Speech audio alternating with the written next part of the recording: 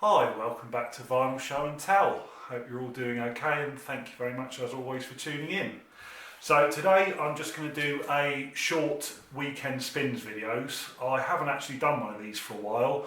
The reason being is because I've been out and about buying. If you've been following my channel, you've seen that there's been a few trips out and I've been showing off finds rather than what I've actually been listening to. Weekend just gone, I was in for the whole of it, so I thought I'd just literally show off what I've bought, not what I've bought, what I've listened to, sorry, force of habit, and go from there.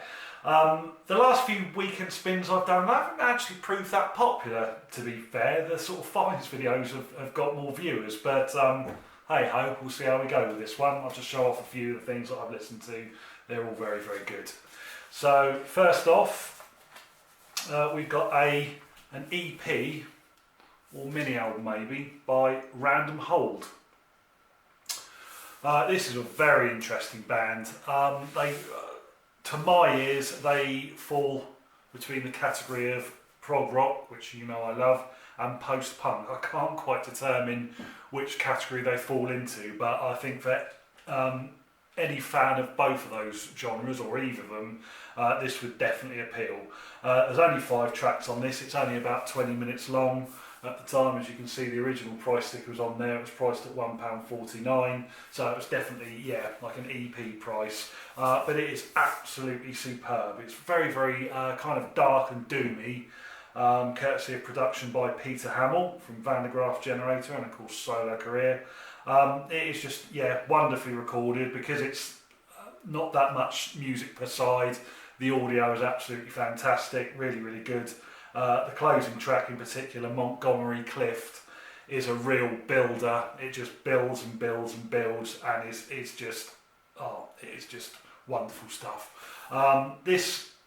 All of their stuff actually, because they didn't do many albums, but they are cheap as chips online. I don't really see them much in the wild, if I'm honest with you.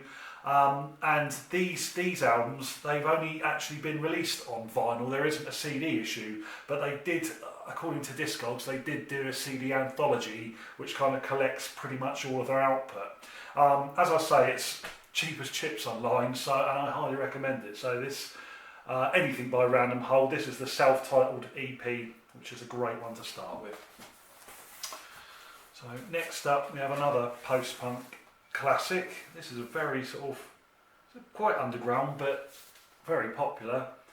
This is The Only Fun in Town by Joseph K. I don't know if how well you can quite see that cover, because it might be quite hidden on the camera. Hopefully you can. This is as far as I'm aware, one and only album on Postcard Records. I got this very, very cheap a few years ago. It's a little bit of damage to the spine, so it was sold cheap, but the record is absolutely fine. Comes with the original inner. It's a great, great post-punk record. Quite short. I think there's a few tracks left off that were later released as bonus tracks on later issues. But we're talking kind of quite fast and frantic, kind of on the heavier side of jangle pop, really. Very, very good indeed. Very, very good. What more can I say? It's great stuff. If you like post-punk, that is a definite one to have in your collection. Next up, we have got One World by Rare Earth.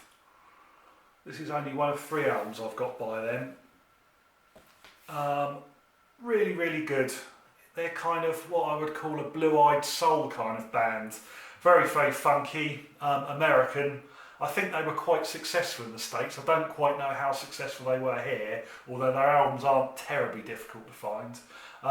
This is probably one of their more well-known albums. It's got the track I Just Want to Celebrate on it, which I believe was a big hit in America. I think it was anyway. Do correct me if I'm wrong in the comments, but it is one I hear sometimes played. I'm sure I've heard it on films and things. This very, very good record. Well produced, a lot more band compositions than some of their early albums that tended to rely on cover versions. As I say, nice and funky, lots and lots of great percussion.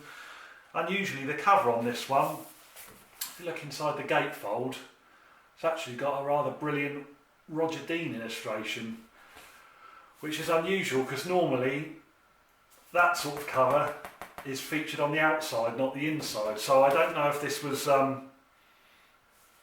intended to be back to front. To me, that should be on the inside and this on the outside, but that's just my opinion. Just a little thing that I've noticed there.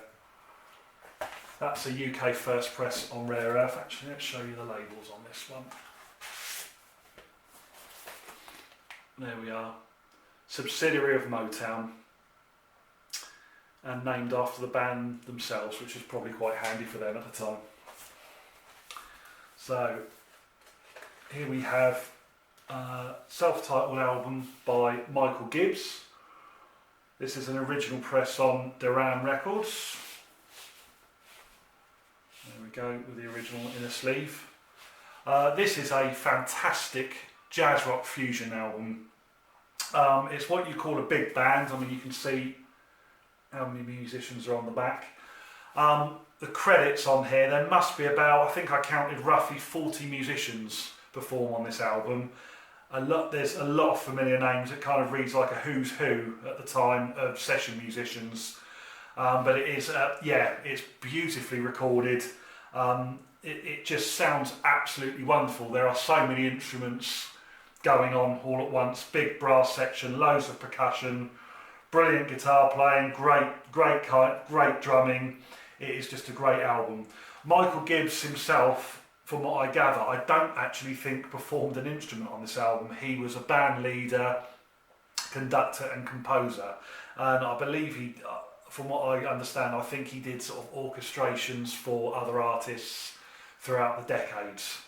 I don't know much more about him, to be fair. One thing I do know is that I want the follow-up on Duran, which is called Tanglewood 63, because this is great, and this is a lovely copy. It's a little bit expensive, but it's not mega expensive. I think it was released in the States as well. So if you do like your jazz rock fusion, I really urge you to check this one out. It's a beautiful high fidelity record and just great to listen to if you like that genre. Next up, we've got Killing Joke. They seem to feature so much in my videos, Killing Joke, but I am listening to them a lot at the moment. This particular album, Outside the Gate, I did feature on an early video where I was talking about underrated albums by major artists.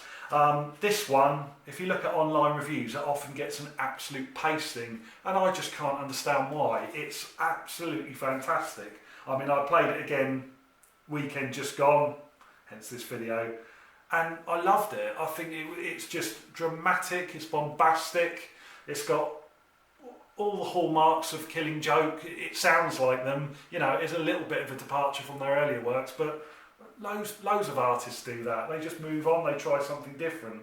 So I highly recommend this one. If you can get hold of it. Again, it's not terribly rare or anything. This is a UK original on EG Records. So that's Outside the Gate by Killing Joke. Okay, now this one, it's got a debut spin. I've already shown this one. This is Modern English, original on 4AD, and it's called Mesh and Lace.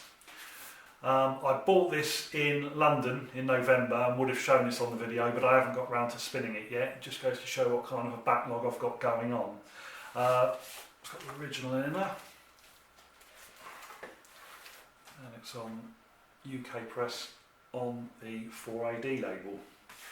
I don't know about you, but sometimes you spin an album and it does take a while to kind of sink in. You know, you need a few spins for it to grow on you. This, I thought, from the first listen, was absolutely bloody brilliant. It's post-punk, on the kind of gothic side, definitely very dark sounding, lots of heavy riffing. I was absolutely hooked. This is right up my alley, and I'm very glad I've got it. Sadly, it is a little bit crackly in places on the intro, but I can just about put up with it. I'm sure maybe an upgrade copy will turn up in due course.